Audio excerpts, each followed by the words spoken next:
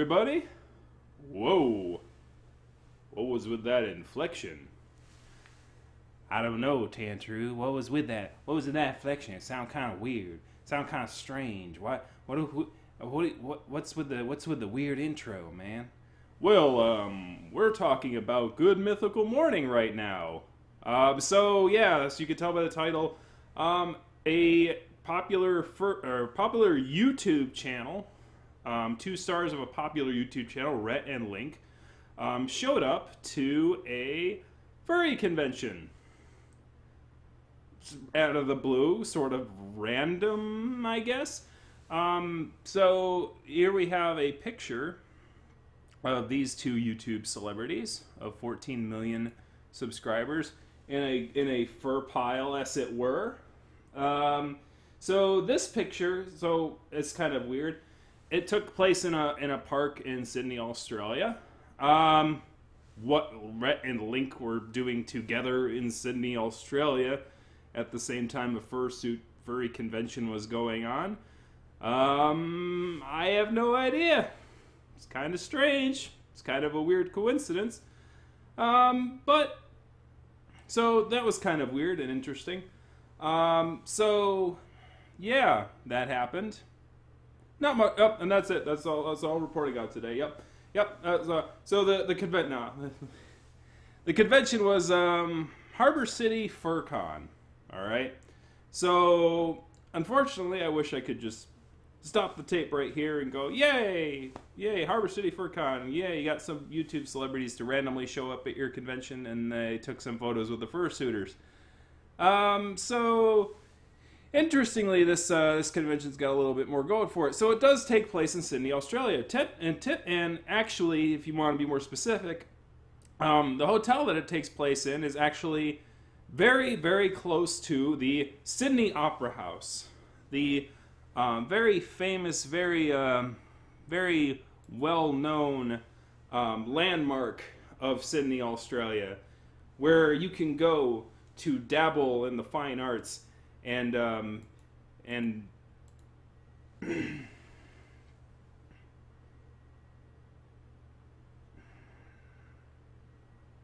not that kind of dabbling. What is wrong with you? What the heck is wrong with you? Not that kind of dabbling. But anyways, yes. So yes, we had some pictures. Take that down. What are you doing? Take it down. Get out of here. Give me a better one. Can you give me a better one, like other than that one, please? Like anyone will do. No, not that one. I told you to take that one down. There we go. That's better. All right, that one's a little better. Okay. All right. So here we have another picture of another fursuiter in front of the Sydney Opera House. Very cool. Like, if anything, and this is kind of a sort of a personal note for sure. As a kangaroo, I'm sort of obligated to sort of have that as sort of on my bucket list as one of the things to do is to get my Yankee butt out of this country and go down things. So I'm in a process, man. I've got a passport. I'm going through the passport process, but that's mostly for trying to more interact with the Canadian group across the pond. Across the pond, the Lake Erie and Lake Ontario sort of area. But that's obviously a secondary thing I can kind of go for. Obviously, as a kangaroo, I'm sort of obligated. It's like I have to attend like an Australian furry convention before I pass on for sure. Furry Down Under is not. This is Harbour City FurCon. That's located near this. Furry Down Under is actually located 9 hours north of Sydney.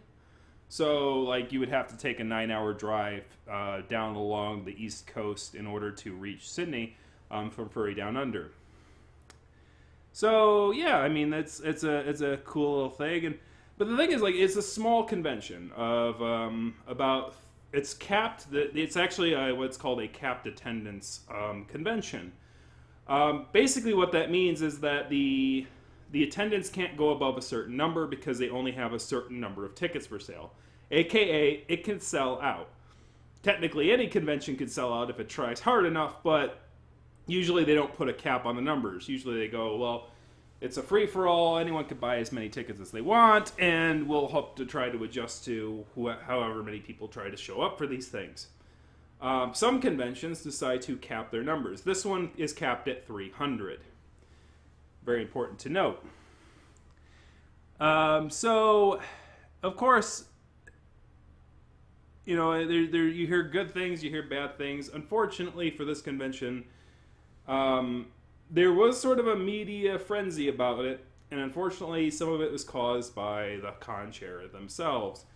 So we're going to go over that a little bit, but interestingly, I do have to bring up one article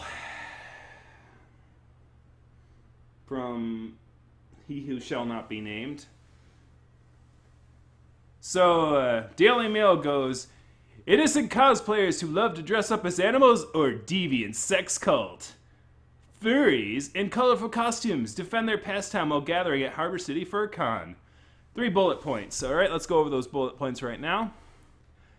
Furry fanatics have descended on Sydney as part of the fan culture's largest annual gathering down under.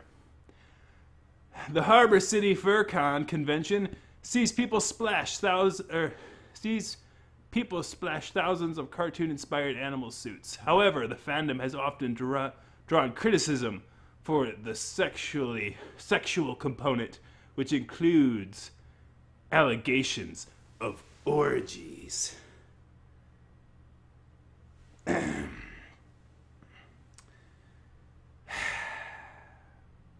Daily Mail, you disappoint me.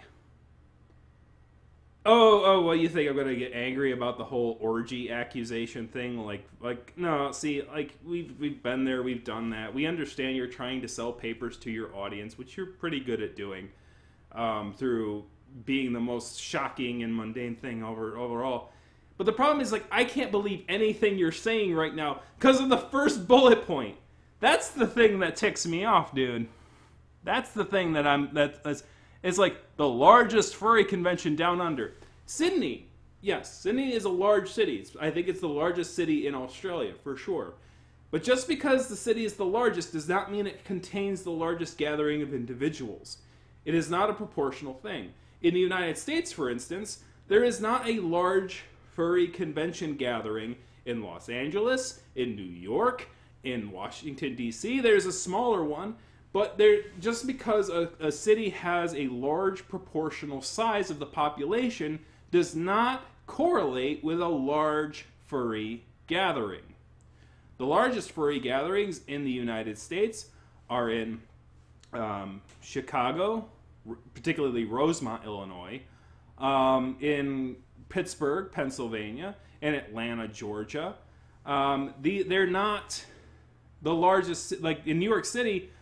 I'm hard pressed to think of a even over like 100 or so furry gatherings, like with more than 100 attendees. I could be wrong, and someone could correct me in the comment description below. But I understand that, like, I'm ignorant on that side. But I do know that there's no really large furry convention in New York City. And not as large as some of the larger ones in the United States. Similarly, just because Sydney, Australia is the most well-known city in Australia doesn't mean it's going to have the largest furry convention. As I noted earlier, the furry convention is capped, alright? It's capped. The largest one is on the Gold Coast, which is Furry Down Under, as noted earlier. And so the distance between the two is rather large. It's 9 hours, right? So I can't believe anything that the Daily Mail is saying in the rest of the article, because they couldn't even take the time to do a small fact check on the sizes of the furry conventions. And with them getting that wrong, how are they going to get anything else right? I mean,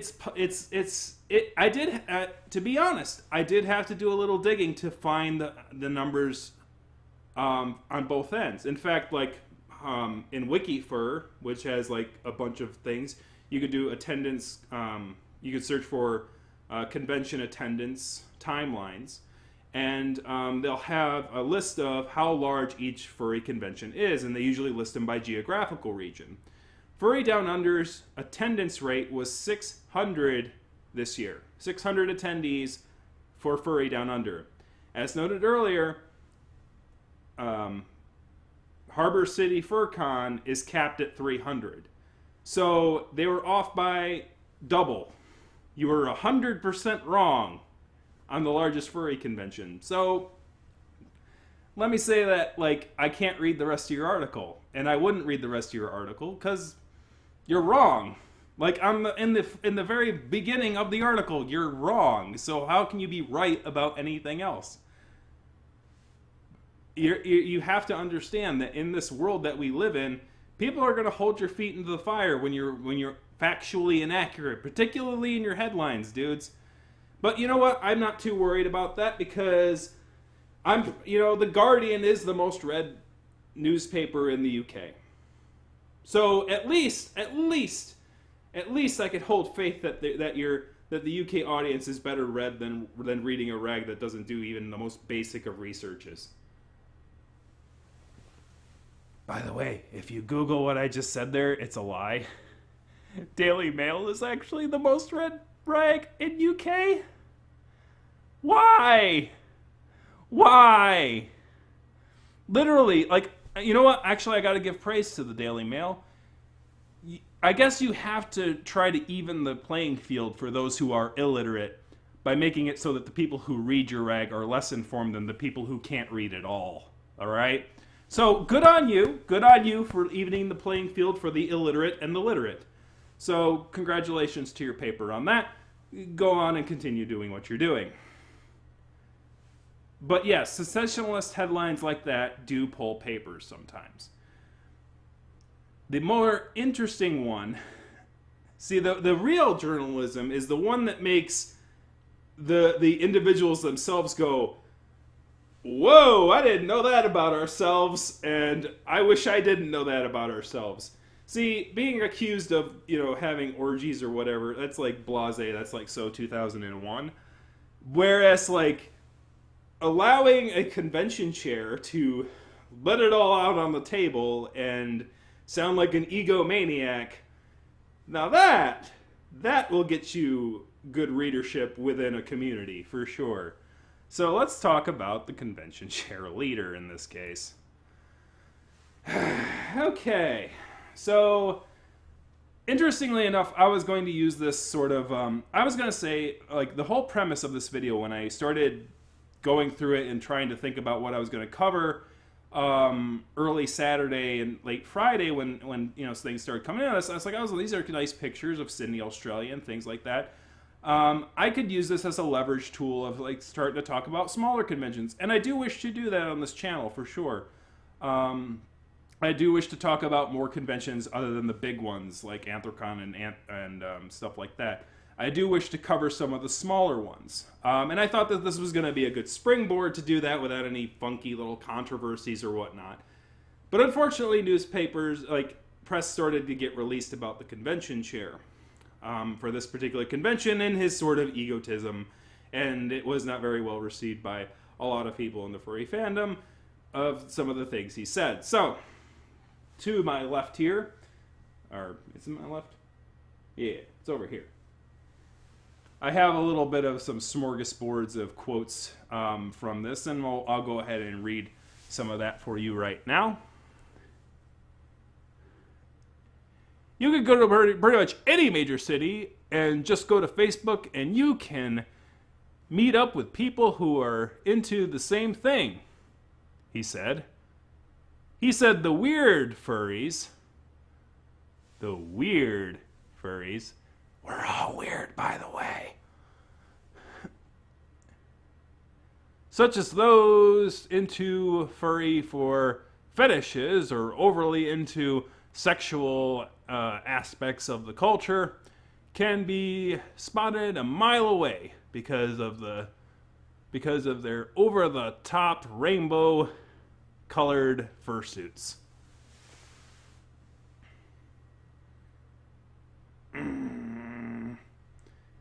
Yeah, sure. Okay. But anyways, we call them fursuites, which is a code word which basically means someone with a really bad fursuit, he said. Now I've heard the term of not like just a pure rainbow, but there are some certain fursonas that have a bunch of colors everywhere, and I have heard some artists use the term rainbow puke in order to describe mismatching colors or color schemes that don't work very well together artistically. I've never heard of the term fursuites before, and in fact I don't think he said fursuites, even though it's spelled like fursuites. I'll go over that in a bit. So here we go, more quotes. We skip ahead a little bit. Otherwise, a suit can be made at home for a few $100, or furries can have a bad costume made for around $1,000. Oh no! I only spent $600 on my fursuit. And $280 on the sports jacket, which was an unrelated purchase. I'll go over that in a later thing. But, oh no, I have a bad fursuit. Oh no, what am I going to do? Anyways. So the bottom one's the best, though. The bottom quote I love. I got to angle my computer a little bit here. Forgive me. I have 7 suits, and sometimes it's hard to decide which one to wear, Mr. Kendron said. Cantanero said. His fursona name is Captain Otter, I guess, or at least he was known as Captain Otter. He has several fursonas, as you could tell, because he's got 7 fursuits, right? Let's see, but I think it's a bit like getting a new pair of shoes. Sometimes you want to have something just because it's new. I want some shoes. That's, you know what the best thing is? And by the way, if any furry YouTubers are watching this video right now, like, that's a free video idea right there. Like, we can literally bring a meme back from the dead. You guys remember that what was it called? There was this YouTube meme, basically back in it's like 2006, 2007. Like, I remember seeing it in college, and that's around when I was in college. Where you have this guy who's like, we got something for your birthday. It's like, what do you want? I'm gonna get what I want. I want shoes. Shoes. These shoes rule. These shoes suck.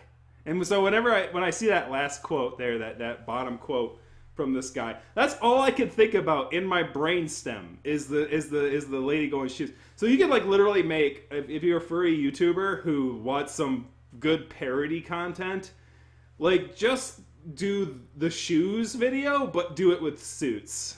It's like, suits. Suits. Oh my god, suits. These suits rule. These suits suck. These suits suck.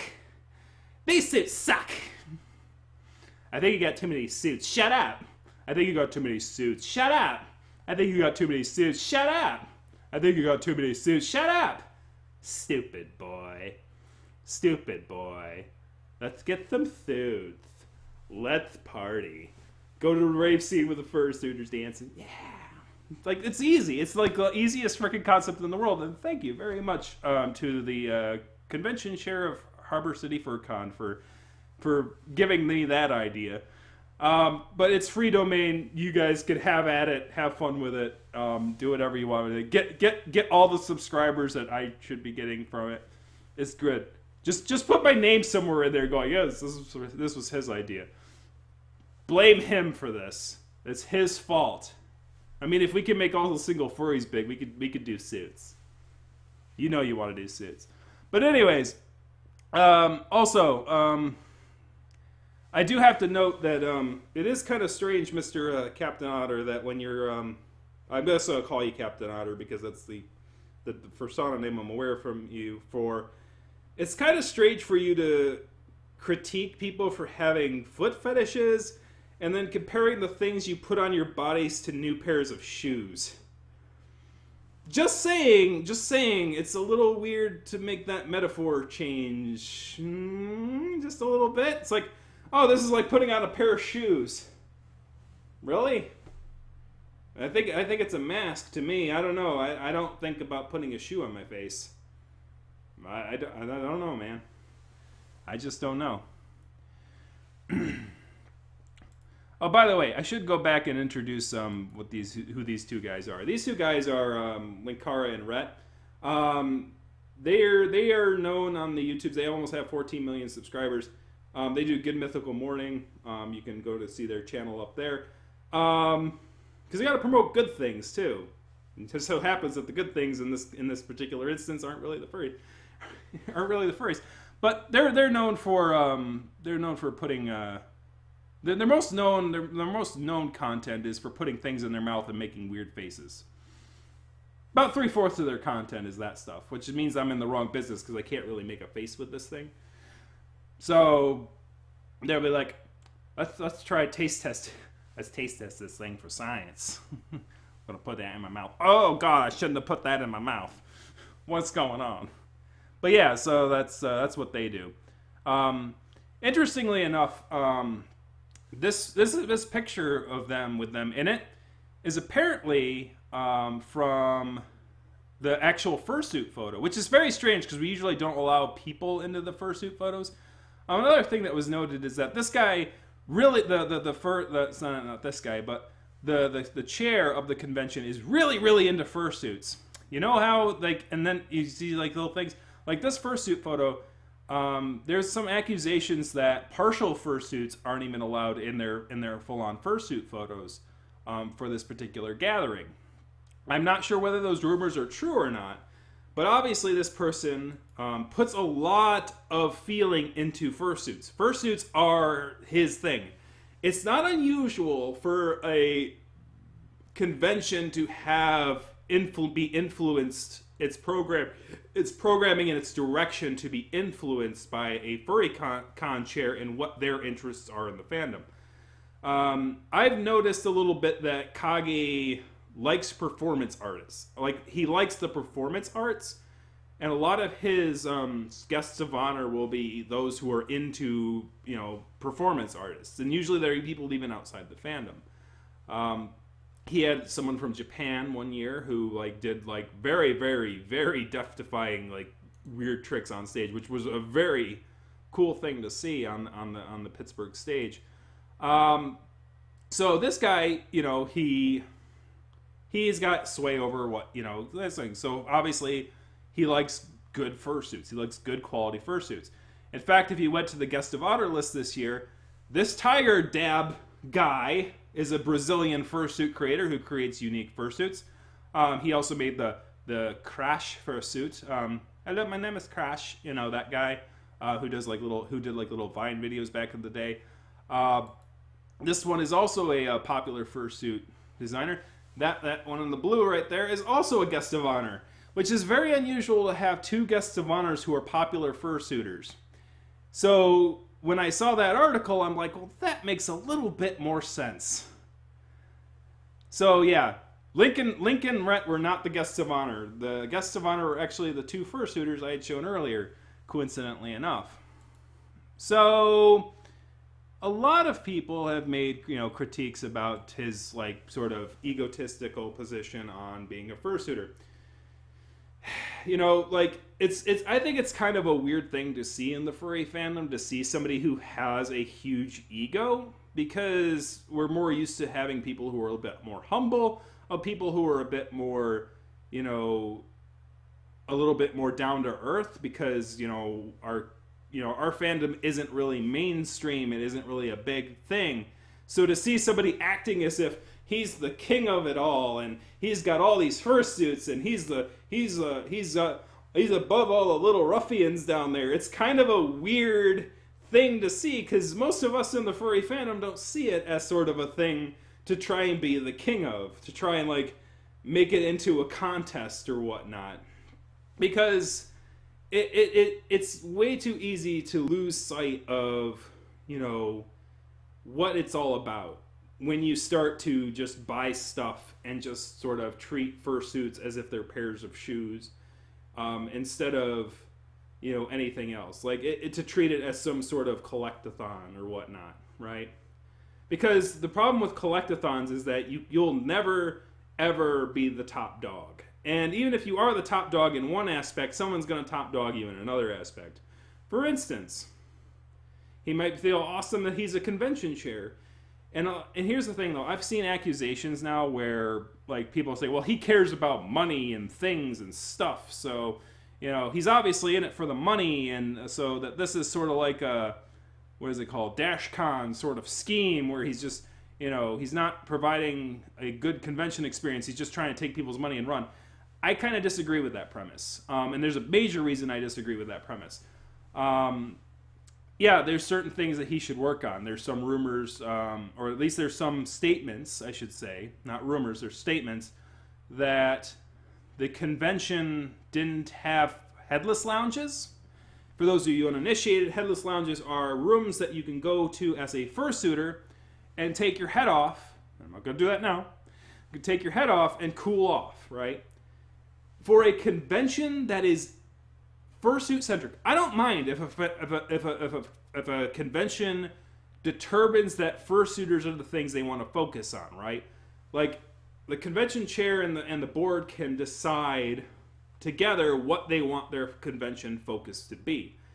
But if they want it to be about fursuiters, for the love of everything, have a headless lounge. At least one headless lounge, because particularly if you're talking about you like fursuiters that spent more than $5,000 on their fursuits, then you really need to invest in a headless lounge, because nothing gives those expensive fursuiters the middle finger like not putting in a headless lounge. Because us partial dudes, we could do this for hours, because we're not wearing furry around our body part, or our main torso here, so our main torso can sort of remain cool while the rest of us gets a little bit sweaty. Full body suitors can't do that, and if you're talking about a $5,000 expensive fursuit compared to us fursuites, oh yes, we're going back to that. What I'm saying is that you need to invest in that. You need to have one if you're going to do that. If that's true, please do that. If anything you take away from this, I don't care about your ego, make a better convention for the things, right? And we don't want, and the reason I don't think he's in it for the money is because I literally did the math. You see, his website, the website for the convention, literally lists the 300, basically it caps it at 300. There's literally 3 categories. I did the math and I added up all the dollars for every ticket limit. So basically there's 5 of the highest type, there's 60 of the next highest type, and there's 235 of the one below that. The lowest one costs about 90 some odd Australian dollars. The middle one was about 135, and the top one was like 350 or something like that. So I can do maths. So you add up those 3 categories, multiply it by, add up the 3 multiplied by the number of tickets they are, it's sold out, okay. They made 34,500 Australian dollars, which translates to about 28,000 US dollars. That's not a lot of green to try to, run a convention in the middle of Sydney, Australia, right? To me, there has to be some subsidization going on. And judging by this person's caring about money and wealth and showing off that wealth, no doubt that he's subsidizing his convention a little bit. So I don't think it's a make money quick scheme. I think it's more of a, I'm showing off my wealth sort of thing. It's sort of like, because I believe that a lot of starting furry conventions do subsidize their conventions a little bit. Most of them don't be showy off about it though. And maybe they should showy off about it a little bit more. Not to the extent of Captain Otter for sure, but knowing that it's like we put effort and money into this and we subsidized it a little bit. Hopefully it'll grow to the point where we don't need to subsidize it anymore. For instance, if you were to do the math on Anthrocon, and this is why I'm saying that this whole little rat race doesn't really translate very well, because there's always going to be someone a little bit bigger than you. If you translate Anthrocon for 2018 and say that there was it was about $60 for registration, for a standard registration. If you multiply that by the 8,000 and some odd people that showed up, evening it out, right? Because you can't really, dignify, because it's harder to do it when there's no cap, because, you can have X number of super sponsors and X number of sponsors, and so there's more than what is just the standard. I just did everyone as standard just to make it simple, but that's already over $500,000 in revenue from registration, just with everybody buying standard at 8,004, and that many 8,407 attendees at $60 a pop is over $500,000 US dollars. So but obviously still they have to rent out the place. There's a lot of expenses that aren't seen, and for a convention that size, there's a lot of expenses. So that's to be said, right? You got to be careful with showing off your money, because there's always going to be a bigger fish in the pond to show off more money than you got, right? So don't worry about stuff like that. Should not be your focus. Focus should be understand what the critiques are, what the good critiques are, what the bad critiques are, and try to move forward to make a better convention. Because heck, I want to see Sydney have a good convention, right? I want to see it have a good convention that people can enjoy, that people can go to.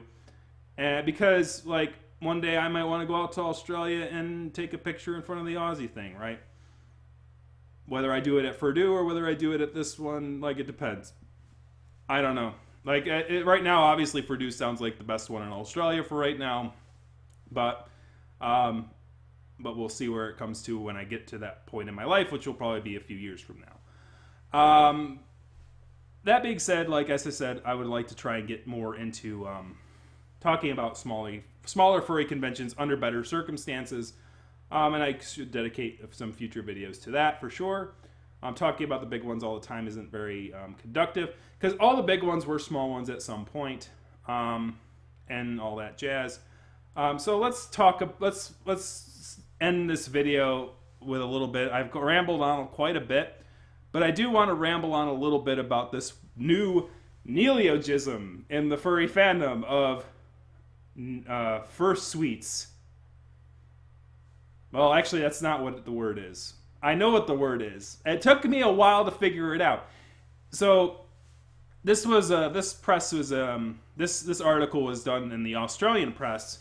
So it is a lot better quality than the Daily Mail one that I referenced earlier. I'm going to put a link in the description below for the Australian one so that you can read the full one for yourself. But I think that what Captain Otter said here was fursuites, but the Australian press didn't spell it with 2 E's. They spelled it with 1 E, so it looks like fursuites, right? So the reason I think it was fursuites is because that's a more demeaning word.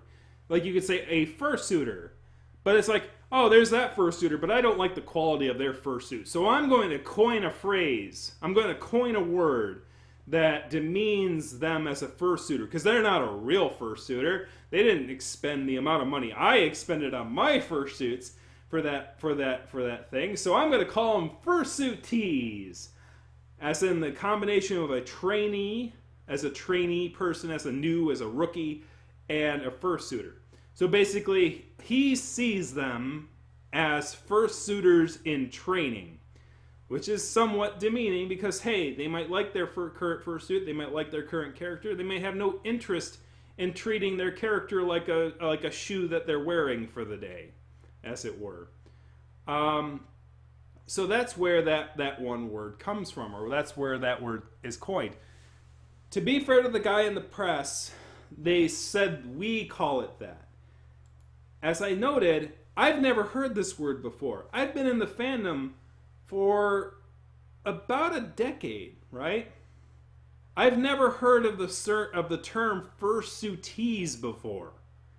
It's never crossed my mind. In fact, I've never seen it so much that when I first read it, written by a human being, I had to etymologically translate it in my brain, going, that doesn't make any freaking sense. Why would somebody call somebody who they see as less than them as being a fursuit, as seeing their lesser fursuit as a fursuit? That doesn't make any sense etymologically.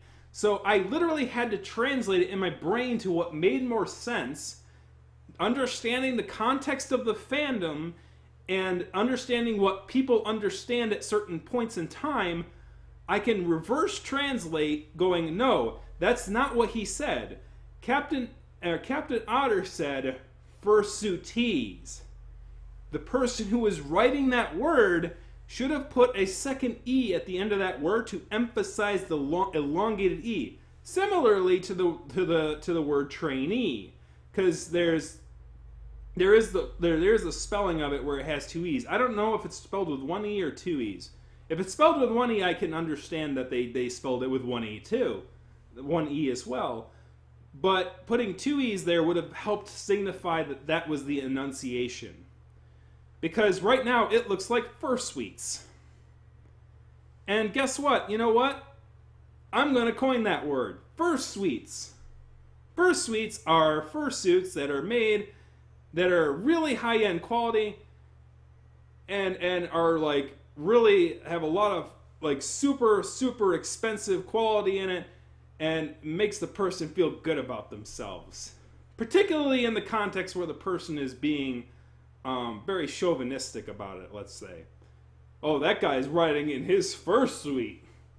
Look at him strut around in that fursuit. Oh, us fursuitees down here, we don't got nothing on the guy in the fursuit. No. Anyways, that's just silly. But anyways, what I'm saying here is that, you know, I do like the fact that, you know, I do see a furry who's a little more prideful about being a furry than he should be, but kicking sand in the face of other furries just ain't cool, man. And it certainly doesn't help grow your convention. It certainly makes it seem like there are certain furries that are welcome at your convention. There's certain furries that aren't. And that sort of goes into the whole, like, why is there a fursuit cap?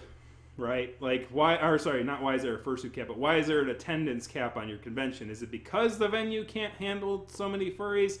Or is it that you just want to stifle out certain furries for more elite furries? Like, because I don't know the pricing around your... Like, I didn't check out how much Furdo costs per attendance. $95 for a convention pass is quite high. But if you cap it at that, obviously, they still don't make a lot of revenue because they're capped at 300 people. And, you know, maybe the area is expensive. Sydney might be expensive, so they have to charge a lot of money. But to me, it seems like it's a wall, right? It's supposed to keep out the riffraff, right? It's sort of making it into a gated sort of furry convention where you're putting up the gates so that only the elites can show up and do all their stuff. And if that's the case, man, you know, it's your convention. You can do what you want. You're the Conchair, right? You can make your convention into whatever you want it to be. Just don't expect, like, us normal Joes to show up and go, yeah, I want to support this guy, you know. Because, you know, as you could tell, a lot of people are not very good on the pride thing, particularly in furry fandom. I mean, like, there's sort of this weird mixture of, like, we want to be furry, we want to be proud of who we are, we want to have pride, but there's a part where pride becomes a little too high for our own good. And when it becomes too high is when we're allowing our pride to sort of look down upon others, which, by the way, we were at some point ourselves. You know what I mean? We were once the fursuitee, right? Some of us still are the fursuitee. Some of us will die the fursuitee. But some of us are happy that way. Anyways, I'm done rambling. This was a little more commentary than I expected, but it is an interesting topic, so kick that like, kick the subscribe, kick a comment in the comment section if you liked what I did, or talk about what you feel about them. What do you feel about the id of the fandom, the identity, big id and egotisticness, and how do you feel about your fursuit being like a shoe? Because you just put it on and it feels so snug, and you have Dr. Scholl's up in your face. I have a Dr. Scholl's pad on my face. I can't see anything. Dang it, why did I treat my fursuit like a shoe? Cobbler, cobbler, I need a cobbler. Give me a cobbler quick, I ripped it. I ripped my shoe. Anyways, I'm going to get the hop out of here. Thank you very much for watching. This was a pretty long one, but I think it was an interesting topic. So I'm sure a lot of people will have things to say. There's a lot more information in the description below. I'll probably do a sort of a longer form write-up of like the general gist of what happened here and stuff like that, so people could follow along a little more better. But anyways, I'm going to get the hop out of here. And I'll see you again next week.